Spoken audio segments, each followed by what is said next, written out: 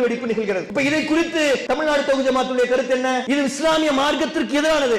யார் செய்திருந்தாலும் தண்டிக்கப்பட வேண்டியவர்கள், தூக்கிலிடப்பட வேண்டியவர்கள், மார்க்கத்திற்கு முரணான ஒரு காரியத்தை அவர்கள் செய்திருக்கிறார்கள் என்று அழுத்தம் திருத்தமாக 30-35 ஆண்டு காலமாக நாம் சொல்லிக் கொண்டிருக்கிறோம். ஒருவேளை இப்படிப்பட்ட சிந்தனையில் யாராவது இருந்தால் அவர்களை தடுத்து நிறுத்த வேண்டிய தேவை என்பது நமக்கு இருக்கிறது.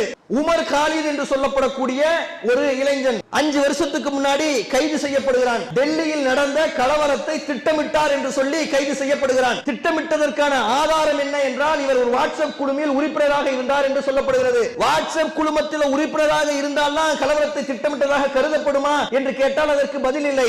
5 வருஷமாக ஒரு மனுஷன் இன்னும் ஜெயிலுக்குள்ள கிடக்கிறான். பொதுவாக இந்தியாவில் இருக்கக்கூடிய சட்டங்கள் சொல்லக்கூடிய விஷயம் என்னவென்றால், அரஸ்ட் பண்ணக்கூடியவனுக்கு பெயில் பெயில் கண்டிப்பாக கொடுக்கணும். ஜெயில் எக்ஸெப்ஷன் இருப்பதிலேயே அரிதிலும் அரிதான வழக்குகள்ல மட்டும்தான் நீங்க ஜெயில்ல வைக்க முடியும். பெரும்பான்மையானவர்களுக்கு நீங்க பெயில் கொடுத்தே ஆக வேண்டும். கொலைகாரன் எல்லாம் 3 மாசத்துல, 15 நாள்ல, 1 மாசத்துல பெயில்ல வெளியே வந்துடுறான். ஆனால் எந்த கொலையும் செய்யாமல், எந்த குற்றமும் செய்யாமல், குற்றம் சாட்டுவதற்கான அடிப்படை முகாந்திரங்களும் இல்லாமல் இன்னைக்கு உமர் காலித் ஜெயிலுக்குள்ள தான் இருக்கிறார். 5 வருஷமா இருக்கிறார். அவர் ஒரு கடிதத்தை எழுதுகிறார்.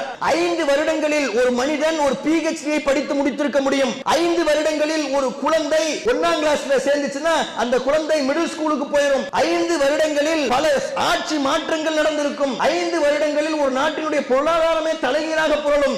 ஆனால் 5 வருடங்களில் பெயில் கிடைப்பதற்கு நான் இத்தனை சிரமப்பட்டுக் கொண்டிருக்கிறேன் என்று அவர் எழுதுகிறார். இன்னும் பெயில் கிடைக்கல. உமர் காலிதுக்கு இருக்கக்கூடிய நிலை, உமர் காலிதை போன்று இன்னும் பல பேர் ஜெயிலுக்குள் இருந்து கொண்டிருக்கிறார்கள். எந்த குற்றமும்